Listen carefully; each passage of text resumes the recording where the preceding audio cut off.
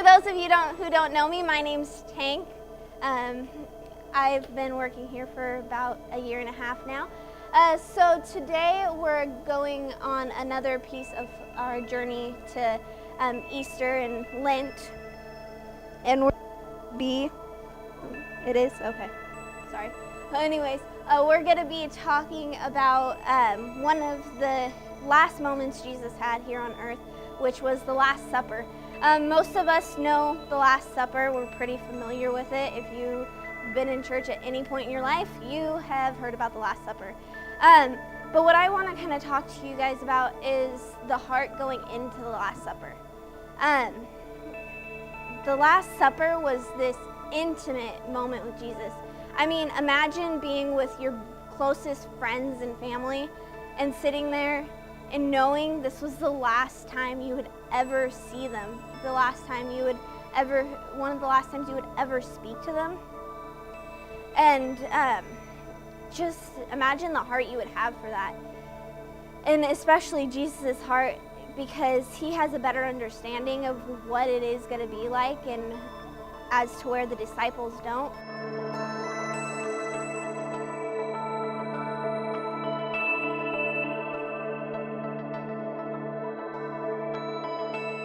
And that's verse 7.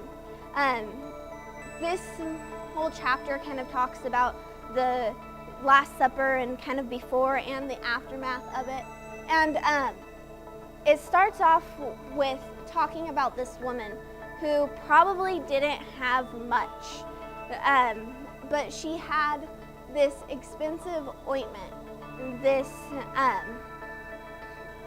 could have very likely been her only means. Like, this was her prized possession she had, guys. And she goes and she anoints Jesus' feet wholeheartedly, just giving up that expensive gift that she had, that she could hold on to, that she could probably sell for a lot of money out on the street to buy food and clothes. She was willing to go and just give that up within a second, get down on her hands and knees and give it all to Jesus. She was so willing to just give up everything, anything. And she just had this heart that said, Jesus, like, I believe in you. I believe in what you can do, and I want to give you all of me and all of my possessions, all of what I have. And Eric talked about that a lot last week, just kind of laying it down, all down at Jesus' feet. But I want to kind of talk to that in perspective of going into communion, or the heart we should take going into that really intimate place with Jesus. Because while, yeah, it was an intimate moment back then when Jesus was sitting there, it should still be an intimate moment we take with Jesus now.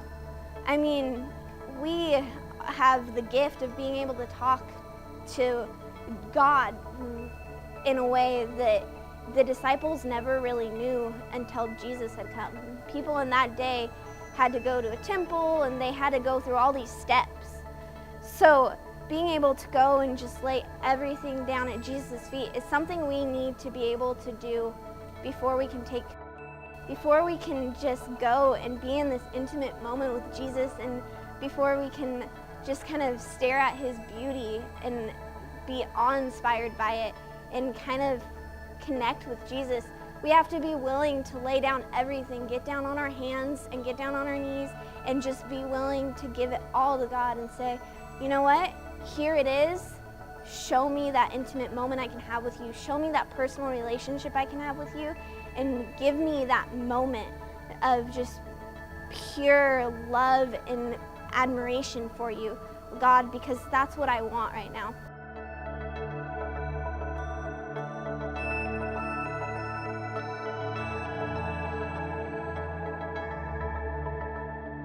Now what I want to talk to you about is leaving that intimate moment with Jesus, because once you're there, it's this beautiful and awe-inspiring moment, and you feel like you can just kind of drop everything. But then we have to kind of walk into the world. We have to leave church. If you've been to camp, you know what it's like to kind of have to leave camp and with that just fire inside of you, that feeling like you were just sitting with the God of the universe. And I want to talk to you about what happened after the Last Supper, and kind of what Jesus said during the Last Supper. And during the Last Supper, so they're sitting there and they have this intimate moment with Jesus, and he tells them, I'm leaving. He says, I am going to be murdered. I'm going to be crucified on a cross, but I am coming back. And all of you are going to be like sheep when the shepherd is gone, and you are going to run. You're going to run away from me, and you're going to abandon the posts that I've given you. And if you can imagine what that's like for somebody to tell you, you know what, like, you're my best friend, but I know you're not going to stand next to me during the hardest thing I'll ever have to go through. And I think the disciples were kind of upset with Jesus. I mean, like, at first they're like, how dare he? Like, why would you even say that I would not stand next to you? I've been here the whole time. Like, why would I not stand next to you, my best friend, the person that I've followed for so long? And why wouldn't I stand next to you for that? And I like Peter's heart in 26:33. We all know Peter can be kind of that one who's always wants to be the first to the punch. He just has this overwhelming urge to just be enveloped in Jesus. And Peter's looks at Jesus, and as to where everybody else is sitting there like, why would he say that to me, or would I do that? Peter's the one that stands up and he says, though they all fall away because of you, I will never fall away. Peter's so ready, he's just like, God, Jesus, I respect you and all, but that's not going to be true. You know I would stand next to you no matter what. And we all kind of have that heart when we go out into the world after these moments, and we're ready to kind of be like, Jesus, you're by my side no matter what. We're ready to do whatever it takes in that moment right after we get off that beautiful, intimate high that we're all on. And we have that heart. No, I'm not going to walk away from this. I'm going to follow through. I'm going to do this more often. I'm going to praise you more often. I am going to go out into the world with you by my side. And we all have that mentality that Peter had. And Jesus, I can just imagine he's looking at Peter and his heart's just overwhelmed. Peter, I love you, and I know that's what you think, and I wish it were true. And then they go and they leave to the Garden of Gethsemane, and Jesus kind of pulls Peter aside and a couple other people, and he says, Peter, you don't want to betray me. And Peter said, no, of course I don't. And Jesus said, okay, I'm going to pray to my Father right now, and I need you to stay awake and pray with me. And so that leads me to my third slide. And so this is kind of that moment where he falls asleep. Peter and everybody else falls asleep while Jesus is praying. And I don't know how long you guys have ever prayed, but I have never prayed for hours on end. I try, but my head likes to wander off on me. I'll be praying and I'll be having this conversation with Jesus, and then I'll remember something throughout the day. I was like, hey, Jesus, remember that? And then next thing I know, I don't even know where. And we all kind of get that way, I think, at some points in times. I like to think it's not just me anyways. But Peter falls asleep, and Jesus goes and wakes him up, and he said, and he came to his disciples and found them sleeping. And he said to Peter, so could you not watch with me 1 hour? Watch and pray that you may not enter into temptation. The spirit is indeed willing, but the flesh is weak. And I can just imagine Jesus looking at Peter and saying, I wish you could have stayed awake for 1 hour and prayed with me. I wish you could have fought that urge to fall asleep. I know you're tired and I know you're exhausted, But if think about what Peter would like, we all can imagine running away 3 times when there's police at our door saying, "Do you know this guy? If so, you're in big trouble."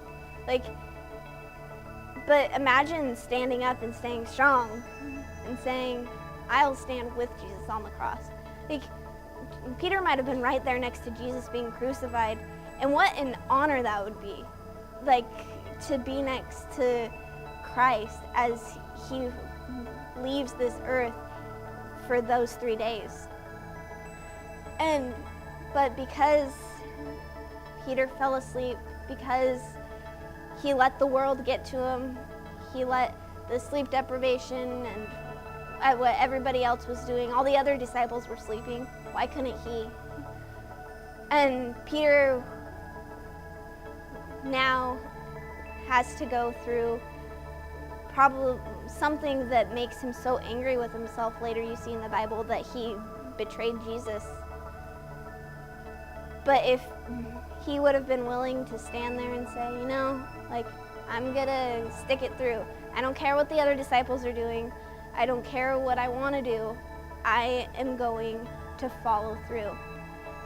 And I think that sometimes we say we're going to follow through like Peter, and then things happen.